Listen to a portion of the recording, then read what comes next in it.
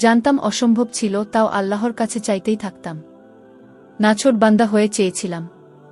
আর আজ আমি নিজেই অবাক। সত্যিই কি দোয়া কবুল হয়? কিভাবে আমার দোয়া কবুল হলো? চলুন শুনি অবিশ্বাস্য এই গল্প। আমরা সবাই জীবনের কোনো না কোনো পর্যায়ে এমন কিছু চাই, যা আমাদের কাছে প্রায় অসম্ভব মনে হয়। মনে হয় হয়তো কখনোই পাব না।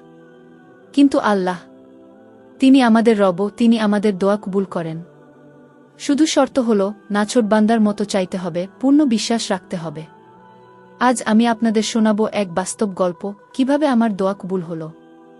আমি যখন প্রথম এই দোয়া করেছিলাম, তখন অনেকে বলেছিল, এটা কখনো সম্ভব নয়। আমিও মাঝে মধ্যে হতাশ হয়ে যেতাম, কিন্তু আল্লাহর রহমতের উপর ভরসা রাখতাম। দিনের পর দিন, রাতের পর রাত, তাহাজ্জুদের নামাজে কেঁদে কেঁদে চেয়েছি।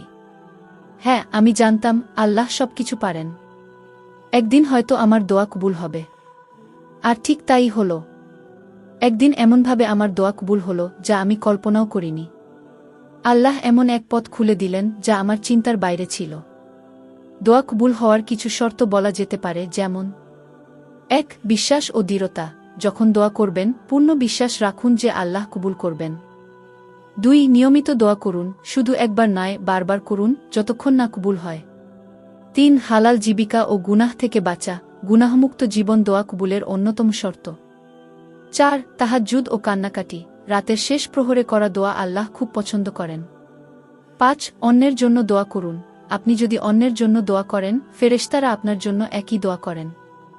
বন্ধুরা, যদি আপনারাও কোনো কিছু চান, যদি মনে হয় অসম্ভব, তাহলে থেমে যাবেন না। আল্লাহর কাছে চাইতে থাকুন। তিনি আমাদের দোয়া শুনেন, তিনি আমাদের রব। আজকে থেকেই শুরু করুন। এবং ইনশাআল্লাহ একদিন আপনিও বলবেন, আমার দোয়া কবুল হয়েছে। চলুন আজ সবাই একসাথে দোয়া করি। আল্লাহ আমাদের সকল নেক দোয়া কবুল করুন, আমিন। যদি এই ভিডিও ভালো লেগে থাকে, তাহলে লাইক দিন, কমেন্টে আমিন লিখুন এবং আপনার বন্ধুদের সাথে শেয়ার করুন, যাতে তারাও এই গুরুত্বপূর্ণ কথা জানতে পারে। আল্লাহ আমাদের সকল দোয়া কবুল করুন, আমিন।